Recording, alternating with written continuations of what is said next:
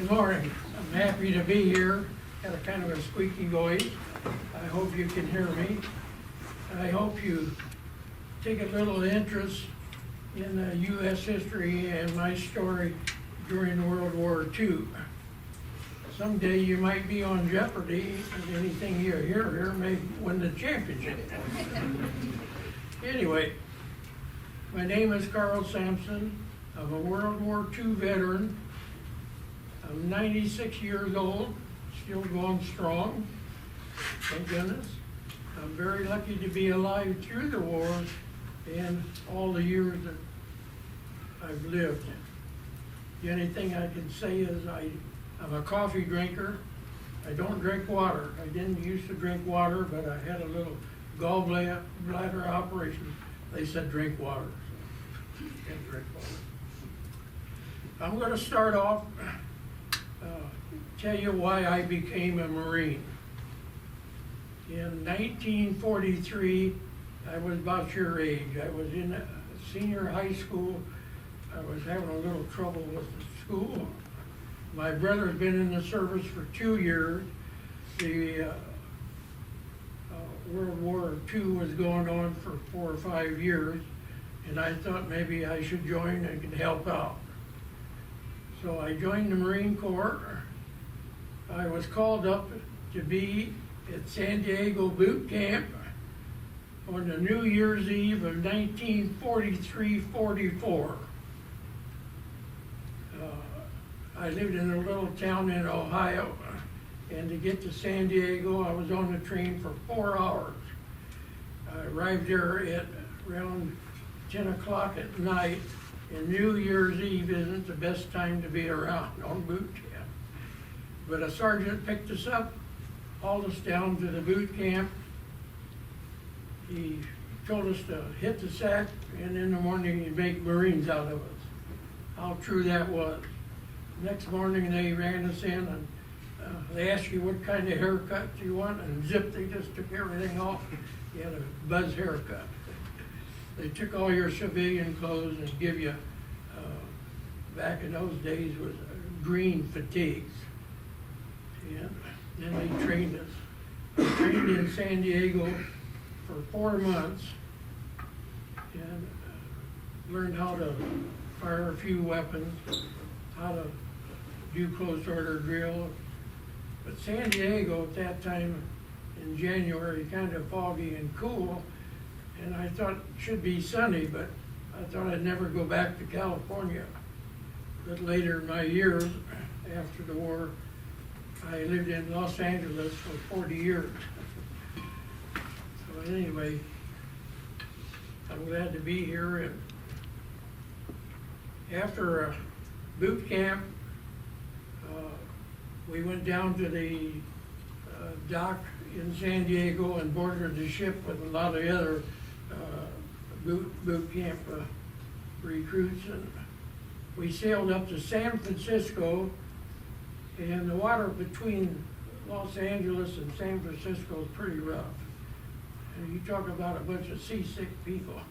I think everybody on the ship was seasick. But we stayed at San Francisco and loaded on more soldiers to take off. When we got the boat loaded, we took off.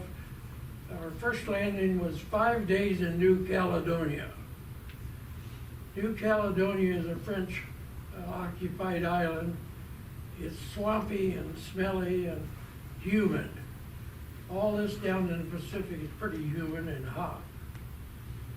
So we stayed there 5 days, and there was a little town there, and some of the members that was over 21 got to go into town, but I was still only 17, so I got to stay in the camp. They issued us summer clothing and our weapons in New Caledonia. Then we moved on to Guadalcanal. Of course, fighting has been over for about a year or so. Guadalcanal is a large island, one of the largest in the Peleliu group. And so we were put in what they call the 54th Replacement Battalion. They taught us how to drive a duck, which is a 6-by truck, really. But the ducks could go in the water and on land. So once we learned how to drive the ducks, every morning we would go down and take our assigned vehicle and go in the water and go off about a half-mile offshore and pull up side of the ship, and they would drop cargo down into our cargo hold on the amphibious duck. We did that for quite a while. I shouldn't tell you this story, but it's kind of funny. At that age, I didn't know much about automobiles or driving. So one day it was my turn to drive the platoon members down to the dock and get their vehicle there. So I went down to the gas station and filled it full, and I checked the oil. Well, I thought oil was like the gas tank. You fill it up. So I poured oil in there till I could see it coming up. We were going down the road, and there was a blue haze of smoke in back. The MPs was trying to catch us because they thought we was on fire. So one of the older members on the deck, he says, I told him what had happened. I filled it full of oil. He says, well, stop. And we finally got the plug out of the oil, let a little of the oil out. But that was kind of a funny story. So we were on the Guadalcanal for quite a while. Then they decided to make a new battalion with amphibious tractors. And this is what one looks like. It's the first time they ever used them. This is a famous one, and I'll tell you a little more about it later.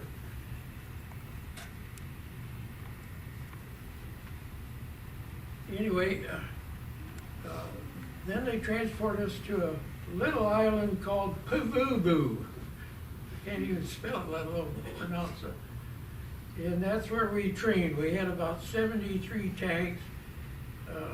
There's 5 tanks to a platoon and 7 crewmen to board the amphibious tank. I say this is the first time they used those. They had something similar, and now they're a lot different too. They're kind of airborne. They go twice as fast. In the water, they can go maybe 5 or 6 miles an hour. That's about it. On land is worse yet. The first ones had a airplane engine in it, and it wasn't very powerful. They weren't too good. Later on in Okinawa, we had a different one. But anyway, we trained at Peleliu, and then we were called up and we took our tanks aboard LSTs. This was a long Navy vessel that had a big hold and long, and we could drive 20 tanks in one of these LSTs. So after training there, we didn't know where we were going, and they said we were going to Peleliu. Nobody heard of Peleliu, let alone spell it too. But it was a little island. Peleliu was a little island. It was 4 by 10, 4 wide and 10 long. So on September 15th at 8 a.m., we had a nice breakfast. We got aboard our tanks, and we started going off. The LST opens up the big doors in front, and we drive off into the water. We circled around about an hour, and big battleships were firing shells above us. You've never seen a fireworks like being in a war. So when it was ready at time, then we went in the shore to Peleliu. The tanks were supposed to take the flak from the Japanese, which was well fortified on the shore. And it happened to be low tide, and so it made it rough, and they had mined pretty good and obstacles to stop us from coming in. Out of the 5 tanks in my platoon. Mine was the only one that got to shore that day. And I was a machine gunner, and out of the 10 machine gunners, I was only one of 3 alive the first day. You're only supposed to be on Peleliu for 2 or 3 days, according to the general. But we ended up being there 60 days. And it was a pretty bloody battle. I don't like to tell you all the stories. So when we got done there, the 81st Infantry from the Army came in to clean up after we thought it was secure.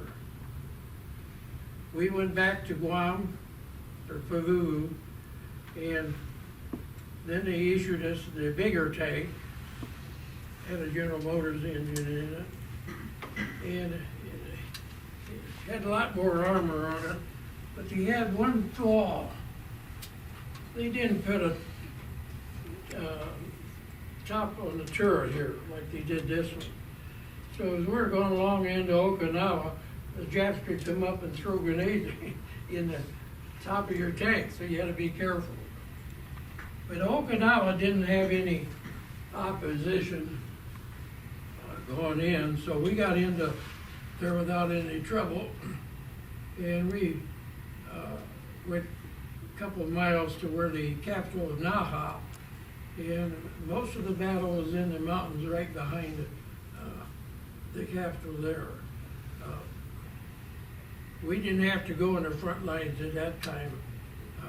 They put us out around the town. A bulldozer dug a big deep hole so our tank would set down, and all would be the turret and the gun sticking out, and we fired artillery to support the infantry that went into battle. So Okinawa was the last battle of World War II. So when I got done there, we went back to Guam this time. Guam is a beautiful island, and they had a recruit replacement depot there. After each little battle, they go back to Guam and pick up more Marines and soldiers to go into battle. So when the war was over in August, I guess you know Harry Truman was the one that okayed the bomb. But don't criticize him for doing that. Dropping that last bomb at Nagasaki after Hiroshima saved my life and many, many soldiers and Marines and sailors. Japan was all fortified and waiting for us, from sickles and hoes on down. So then I left Okinawa, and finally had enough points to get home in World War II. And March, I sailed under the Golden Gate Bridge, and they dropped us off in San Francisco, and I was transported then to Chicago, Illinois, and discharged there in March of 1946. So that was my tour of duty for 3 years.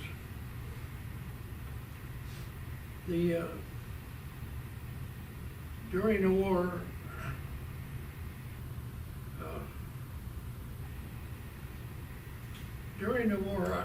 this picture kept coming up on TV, and this is my tank. I'm sitting up here trying to protect my life and help out. I didn't know this picture was taken for about 15 years.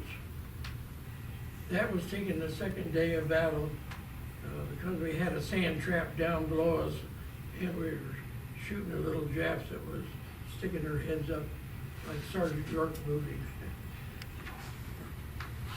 About 15 years after the war, I received a history book in the mail. The tank driver of this tank, when he got released from the Marine Corps, was a history teacher in Fergus Falls School. And they were throwing these history books out, and guess what picture's in there? The picture of the tank. So they can't say they aren't throwing history out. But this tank was famous, and if you get on your laptop and you punch in Peleliu, this picture should come up. I also was interviewed later on by Kelloland on the TV program On the Road Again about 3-4 years ago. But after that TV program, I started getting letters asking for my autograph. Well, the first one I thought it was a scam, but my good niece, she checked things out. We found out it was real. So through 2 years, I received 18 letters asking for my autograph, and one from Austria and one from Germany. I still got those. And while we're talking about letters, when my sister's daughter sent me a package later on, and it was full of the letters that my brother and I wrote my sister all during World War II. So that's the story of that. So going on with different stories, back to Peleliu. Like I said, there was a lot of fighting, and we were told when you go souvenir hunting, if you see anything shiny, like a big tape measure or something, don't touch it. Well, us Jim didn't know any better, and we were about ready to reach down for one, and old Sergeant Beller, freeze, he said, hold it. And we tied a rope to the stringy thing, and it's called a bouncing Betty mine. When you touch them, they jump up about waist high and explode and just cut you in two. It was pretty nasty. So that was one of the episodes. The one I don't like to tell because it kind of hurts. We thought the island was secured because the Army was coming in. But there was 3 of us walking down the road, and a shot rang out, and it killed the guy right in the middle of us. Could have been me, could have been the other guy, because it happened to be the one of them. So you never know when things are going to happen. Okinawa was a lot different. Like I say, there wasn't much opposition all the way up in the mountains. And one night we were around the campfire near the water, and we heard a noise, and we also, I hate to say it, but you could smell the Japanese in a distance. So we heard this Japanese talking out there, and we had a big spotlight on the tank on this side, and we started firing. This one has a 75 howitzer cannon on it, about that big, and they have what they call grape shot in there. They have about 10 big balls of lead, like you do in your shotgun shell, only a bit bigger. And the next morning we went out there, and the barge sank on the coral there. It was kind of low tide, and we killed all of the Japanese that was on it. So after the war, I don't know what you know about World War II. Why did they call it World War II? Anybody know? Almost every country in World War II was involved in the war. So they call it World War, all the countries. And the same way with World War I. So it was World War II because there were so many countries. And most people only heard about Pearl Harbor and the war from there on, from 1941. But the war started in 1938. USA went over and helped the British fight the Germans at that time. So they had troops, most of all the Army was in the European theater. The Marines were down in the South Pacific. So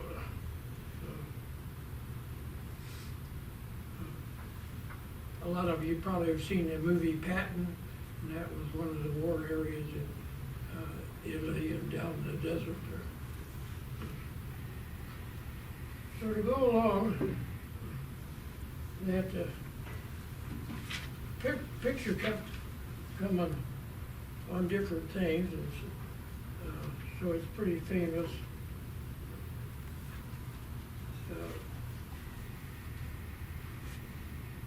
The Medal of Honor, the nation's highest award, was presented to 8 Marines in the fight for Peleliu.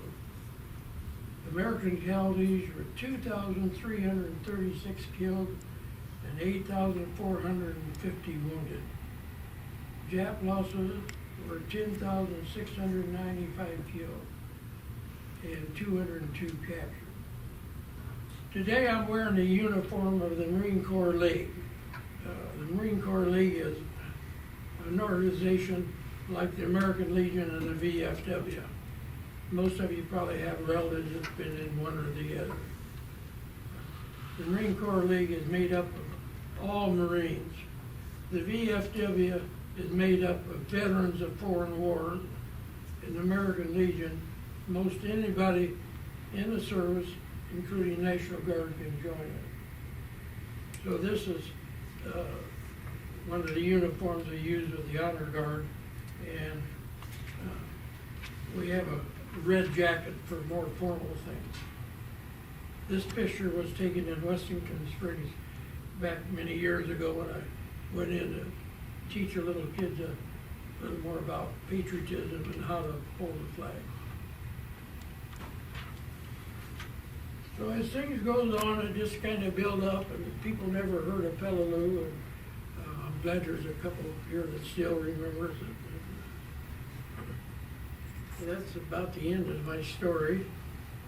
Oh, I'll take that back. I got one better. In 2008, I belonged to a military organization, the 1st Marine Division Association, but their honey detachment was in Minneapolis. I got a newsletter every month from them, and the 1 month they were looking for survivors of Peleliu. So I got a letter, and I went up there, and I was one of 5 at that time. This is 2008. Peleliu survivors, and they had a history club there, and they invited us 5 to talk at this history club, and I wrote a letter back that I couldn't believe that there was 250 people in the auditorium, paid $5 that had to hear us speak. So there's a lot of history buffs. So that's about the end of my story. There's a lot of little stories go with this, but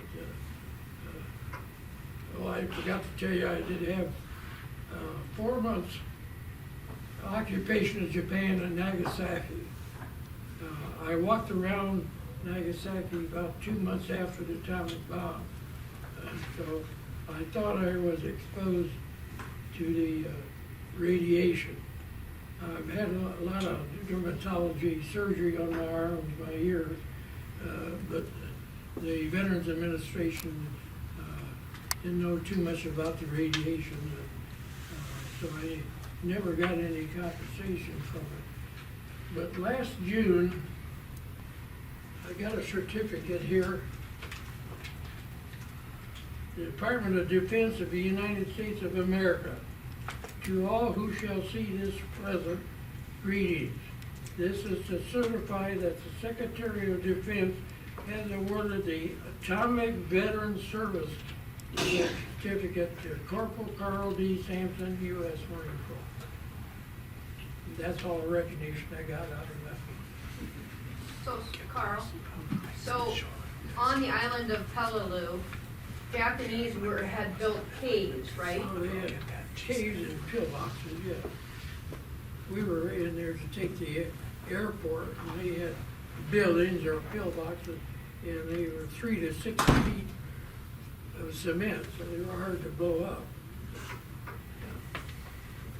Yeah, they had big guns that would come out of a cave and fire and back in.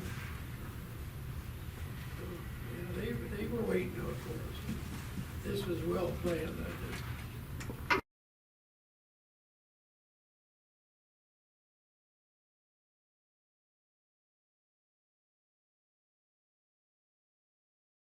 When I came out of service, I lived in a little town named Findlay, Ohio. I read gas meters for a while, and then out of Cleveland and Chicago, I worked for Burns Detective Agency. And then in 1947, I moved to California, and I was an aircraft superintendent for 33 years. My wife was from Washington Springs, and when her mother passed away, before she passed away, we decided to come out and live in Washington Springs for 19 years. I drove a city bus there, and my niece was born and raised in Washington Springs, but we both now live in T. Thank you. I'm still lucky to be alive. I hope I can continue. Another question. Any other questions? Yeah, come on. When did you meet your wife? Do what? When did you meet your wife? Oh, that's a good question. I met her in California. I worked in the aircraft factory. Her niece, another niece, got me bowling, and I got bowling with my wife, and we finally got married in 1974. We were married for 48 years, and Culver got to her, and she died in December 26th of 2021. So I've been living by myself for the past year. I live in T, and I don't do much. I used to do flowers and groceries for the Sunshine grocery store, but grocery store was sold to Fairway, so I was out of a job.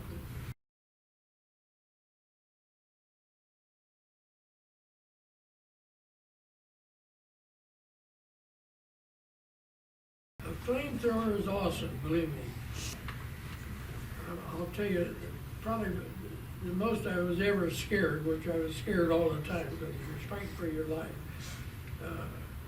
We had to run across a couple 100 yards to these mountains, and we went up on the end of the mountain into a foxhole, and we could look down on the Japanese, and we saw a flamethrower platoon come up. The flamethrower is in the middle, and there's a couple Marines with BARs to protect them, and they shoot that flame out there, and you see these Japs running out all burning up. But they also had a bigger one on a tank, flamethrower, and that's really awesome. They pull up to these caves and shoot out this napalm flame, and it's terrible.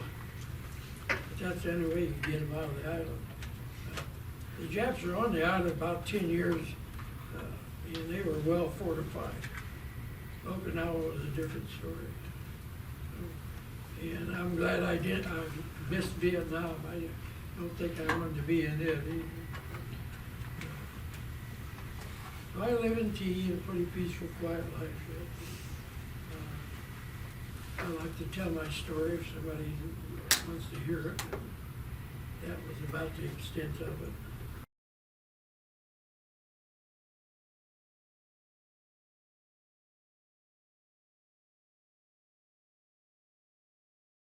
Well, we really didn't know that till after it was over. Okay, you weren't privy to that information. We didn't know that. You don't get told much, you just do as they tell you. We'll go back to Pavuvu where we were training. The tank training area was across a bay which was about a mile wide, and the infantry was on the other side. They had a hospital and everything there.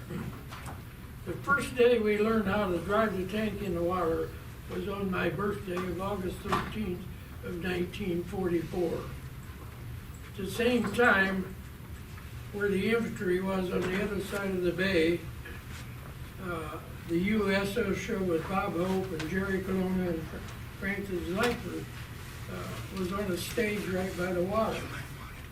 Well, they wouldn't let us go, so we're out in the middle of the water in that bay, and we have binoculars and telescopes trying to watch Bob Hope. That's about the only U.S. show we ever got to see. I also did do the honor flight. I wasn't going to go because I thought some of the other veterans should go, but I finally signed up in 2010. I had an overnight flight, and it was well worth to see all the memorials there for Vietnam and Korea and World War II. We had a banquet one night at the hotel, and I give them a speech on the book again. When I lived in Washington Springs, I got to hear in Plainsman that one of their lady reporters come out, Gloria Hanson, and wrote a big article on me, and she won first prize for a little newspaper article.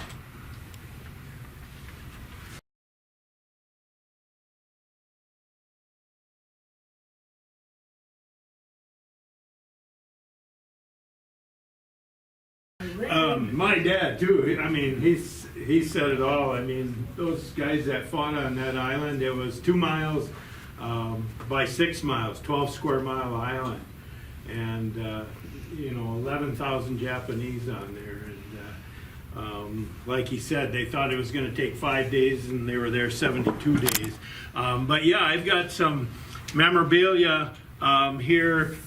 This is, like he said, this is the handbook that the Marines get at boot camp and Buy the stuff. book. Yeah, buy the book. And then I've got the book you can get. It's pretty interesting. It's with the old breed, and they talk about that. But this, and I'm glad they let me bring it in.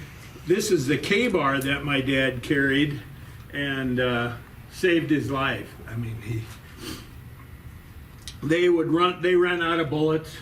The enemy ran out of bullets, and a lot of hand-to-hand combat. This is his dagger that he had and stuff too. So those two things really saved him.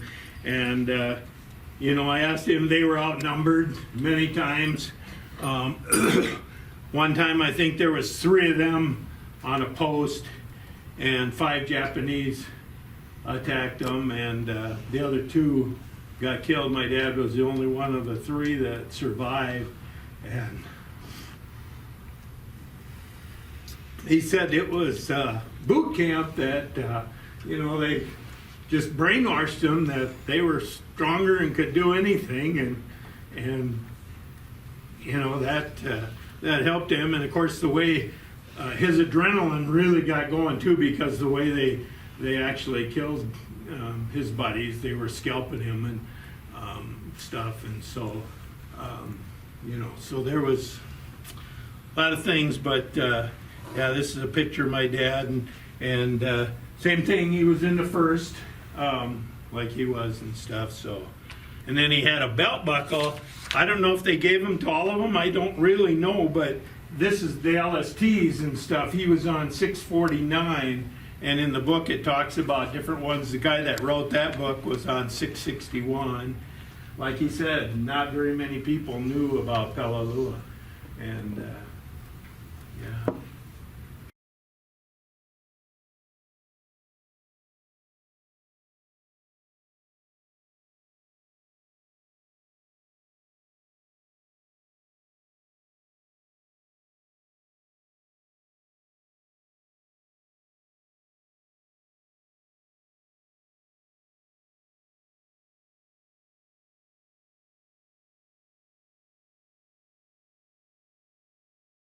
Being around people that have sacrificed so much.